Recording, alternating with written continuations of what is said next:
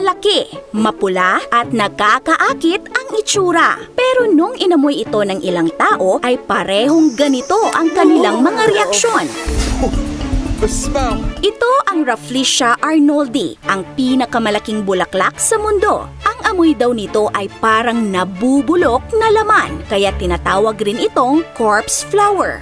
Ito ay isang parasite na bubuhay sa loob ng isang host at parang vampirang sinisipsip ang lahat ng nutrisyon nito. Parang tao lang din yan. Merong dumidikit at sumisipsip dahil napapakinabangan ka. Pero kapag ubus ka na, iiwan ka na lang ng basta. Kaya mag-ingat tayo mga kaasam. Ang halamang ito ay tinatawag ding corpse flower, ang Titan arum. At alam nyo ba, ito ang pinakamabahong halaman sa mundo ayon sa Guinness World Records. Ito rin ang may hawak ng titulong tallest bloom. Umabot sa 3.1 meters ang taas. Mas mataas pa kay Kai Soto. Sa sobrang taas, tiningala na ito ng babae. Ayon sa mga nakaamoy na nito, para daw itong kombinasyon ng amoy ng patay na daga, bulok na itlog, isda o karne. At para din daw basurahang hindi nalinisan ng 3 linggo. I think it smells like human flesh and dead bug. Ang Amorphophallus titanum o Titan arum ay native sa Sumatra, Indonesia. Meron itong kulay yellow na parang stalk o tangkay sa gitna na napakahaba. Ito ay tinatawag na spadix. Meron din itong kulay pula na parang nakabukang bulaklak. Pero actually, hindi po ito ang kanyang bulaklak. Ito ay parang dahon na tinatawag na spathe. Ang kanyang bulaklak ay matatagpuan sa ilalim at ito'y napakarami. Pero ang halamang ito ay shy type dahil namumukadkad lamang ito every 2 to 3 years sa loob lamang ng 2 hanggang 3 araw. Ito ay ayon sa United States Botanic Garden. Meron pa ngang umaabot ng 7 to 10 years bago mamukadkad.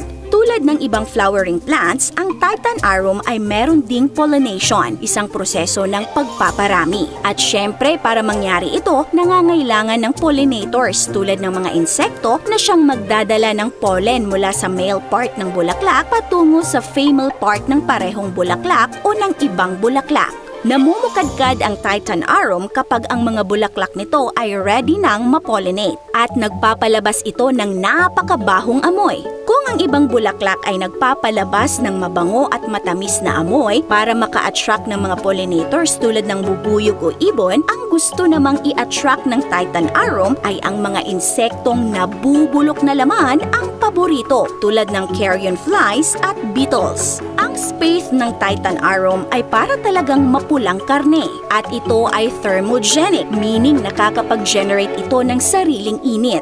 Pinapalabas nito ang init sa spadix. Ginagamit nila ang init para aabot sa malayong distansya ang kanilang mabahong amoy at maakit ang mga pollinator. Sa sobrang init ng spadix, ito ay sumisingaw. Ang mabahong amoy ay mas tumitindi daw tuwing hating gabi hanggang 4 a.m.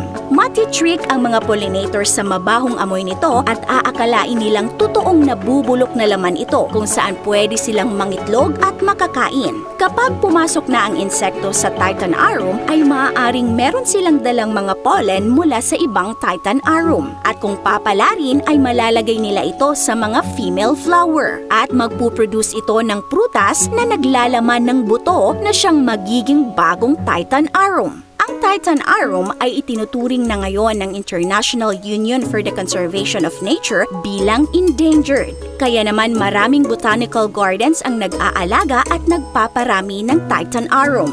Dahil nga minsan lang ito nagbo-bloom, ay mano-mano na lamang na kinukuha ng mga biologists ang mga pollen nito para i-freeze at gamitin kapag nag-bloom na ang iba o di kaya ay ibinibigay nila ito sa ibang botanical gardens. Ang isa pang tinatawag na corpse flower ay ang Rafflesia. Merong nasa 42 species ng Rafflesia sa mundo. Matatagpuan sila sa Indonesia, Brunei, Malaysia, Thailand at sa Pilipinas. At ang pinakamalaki nga sa lahat ay matatagpuan sa Indonesia, ang Rafflesia arnoldi. Meron itong kabuuang laki na 1.11 meters at maaaring tumimbang ito ng up to 11 kilograms. Ang Rafflesia ay walang mga tangkay, dahon at mga ugat. Tumutubo lamang sila bilang parasite sa loob ng baging na na tinatawag na tetrastigma. Sa baging ito sumisipsip ng tubig at nutrisyon para mabuhay. Tulad ng Titan arum, kapag ito'y namukadkad, nagpapalabas ito ng mabahong amoy sa loob ng 6 hanggang 7 araw para makaakit ng pollinators. At pagkatapos ay mamamatay ito at malalanta. Dito naman sa Pilipinas, ang pinakamalaking Rafflesia ay tinatawag na Rafflesia schadenbergiana. Matatagpuan ito sa Mount Apo sa Davao at merong laki na 0.8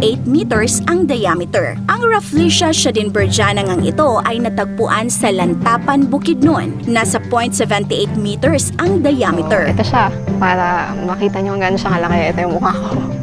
Sa mga lumaki sa probinsya, malamang ang napakabahong amoy ng halamang ito ay naging parte na ng kabataan natin. Kaya mga ka-awesome, nakaamoy na ba kayo ng corpse flower? This is your Ate O from our Republic. Hanggang sa muli and stay awesome!